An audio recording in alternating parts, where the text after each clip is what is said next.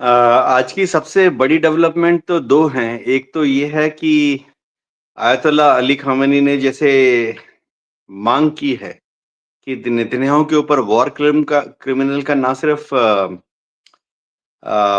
Case चलाया जाए वरन जब केस आगे बढ़े तो उनकी जो सज़ा होनी चाहिए वो सज़ाए मौत होनी चाहिए। देखिए आईसीसी का काम करने का तरीका ऐसा है कि पहले तो आईसीसी के 124 देश हैं जो कि आईसीसी के सिग्नेटरी हैं, यानी आईसीसी का कायदा कानून मानते हैं। दुनिया में 200 मुल्क हैं, तो अभी भी 80 के करीबन देश ऐसे हैं जिसमें कि अ, अमेरिका है, इज़राइल तो है ही, भारत भी है, जो कि आईसीसी के सिग्नेटरी नहीं हैं। लेकिन ख़ैर अगर नेतन्याहू किसी ऐसे मुल्क में जाते हैं भविष्य में जहाँ पे कि उनको अरेस्ट कर लिया जाता है, तो उसके बाद अयातुल्लाह अली ख़ामेनी का जो बयान आया है, उस पर आगे कार्रवाई की जा सकती है कि नेतन्याहू पर जो सज़ा हो, वो सज़ाए मौत हो। एक और बड़ी डेवलपमेंट यूक्रेन से आई है आज।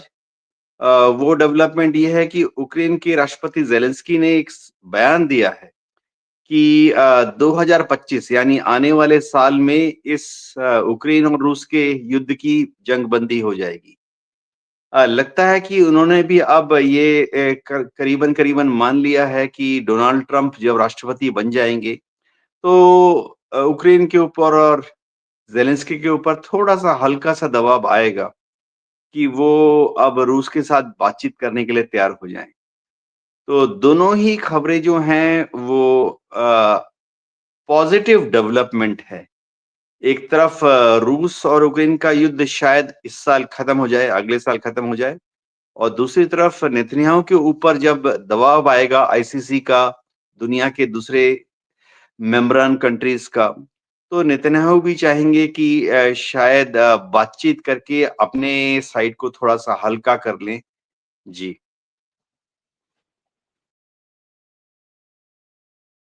अ, ये सही कह रहे हैं और ये 2 बड़ी इम्पोर्टेंट डेवलपमेंट थी जो आपने दी है।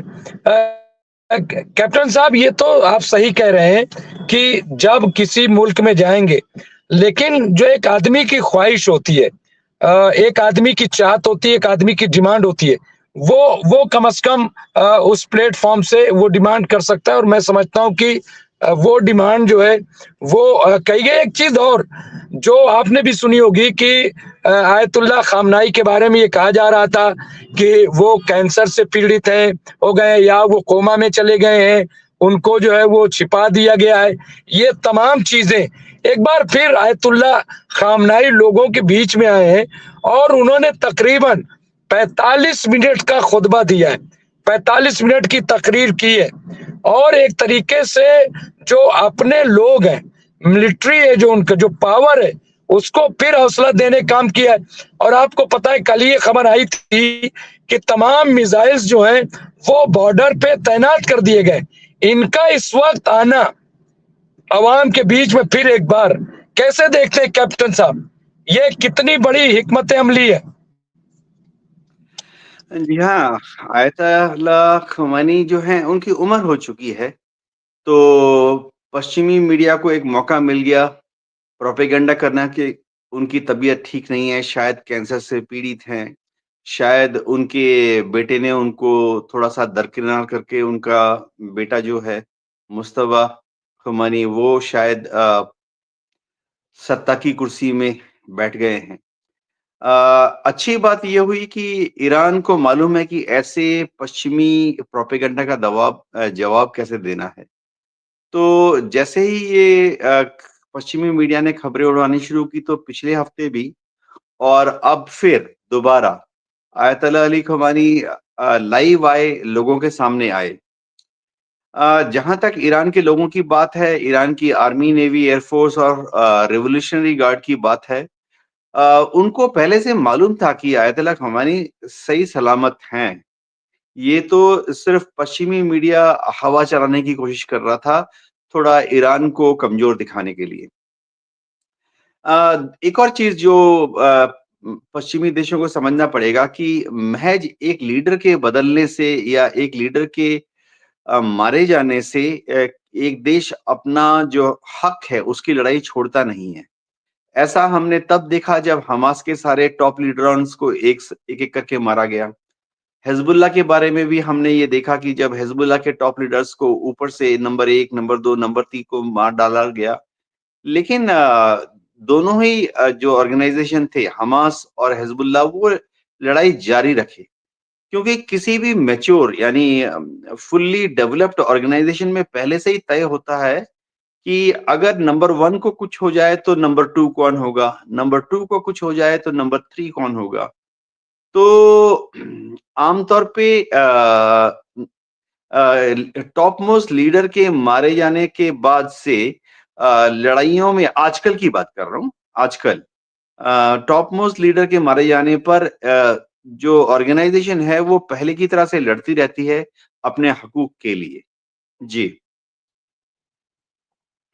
बिल्कुल ये आप सही कह रहे हैं। मैं एक चीज़ और कहना चाहूँगा कैप्टन साहब कि जिस तरह से कहा जा रहा था साहब बेटे ने कब्ज़ा कर लिया, भई वो बादशाहत तो नहीं है। ईरान जो है वो डेमोक्रेटिक कंट्री है, वहाँ बाकायदा इलेक्शन कराए जाते हैं। तो क्या आपको लग रहा है कि वहाँ पे ऐसी कोई पॉसिबिलिटी थी कि साहब वहाँ पे बेटा कब्ज़ा कर लेगा? कोई बादशाहत तो है नहीं। ईरान में गवर्निंग काउंसिल तो फिर होती इस है। तरह की बातें क्यों की? ईरान में गवर्निंग काउंसिल होती है जिसमें कि 12 मेंबरान होते हैं और वो देश भर के हर तबके से आते हैं।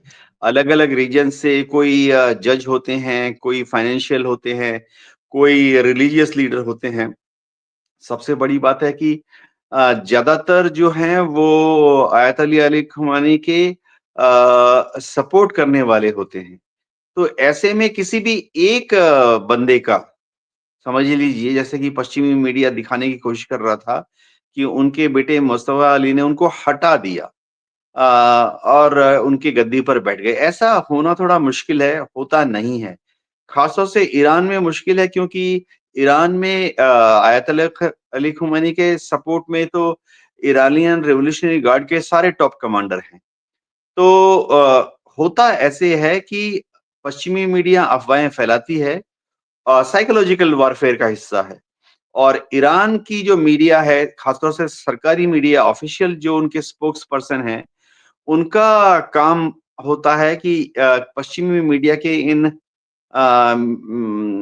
दुष्प्रचार का यानी बैड प्रोपेगेंडा का खंडन करना, जो कि उन्होंने बहुत सक्सेसफुली किया। जहाँ तक आयत-ए खुमानी की बात है देखिए 2 तरीके होते हैं। कई जगह पर जो टॉप मोस्ट लीडर होता है वो पहले से ही देश अवाम को बता के रखता है कि मेरे बाद अगला लीडर कौन होगा। तो उससे होता ये है कि अगर टॉप लीडर को कुछ हो जाए तो खलबली कम होती है, कन्फ्यूजन कम होता है और क्योंकि सबको पता होता है कि नंबर 2 कौन है क्योंकि टॉप लीडर ने पहले से ही वो बताया हुआ है। तो कन्फ्यूजन कम होता है और एक बहुत स्मूथ हस्ताक्षरण यानी ट्रांसफर ऑफ पावर हो जाता है। कोई इंटरनल रेबेल या इंटरनल खींचातानी नहीं होती है। तो कई देश ऐसा करते हैं। जैसे भारत में भी हमको सबको मालूम है कि प्रेसिडेंट के बाद वाइस प्रेसिडेंट या अगर प्राइम मिनिस्टर नहीं है तो उनके बाद रूलिंग पार्टी में नंबर 2 कौन है। तो ऐसे में अगर समझिए भारत में प्रेसिडेंट को कुछ हो जाए तो या प्राइम मिनिस्टर को कुछ हो जाए तो ट्रांसफर ऑफ पावर बहुत स्मूथली हो जाता है। कोई इंटरनल रस्साकशी नहीं होती। जी।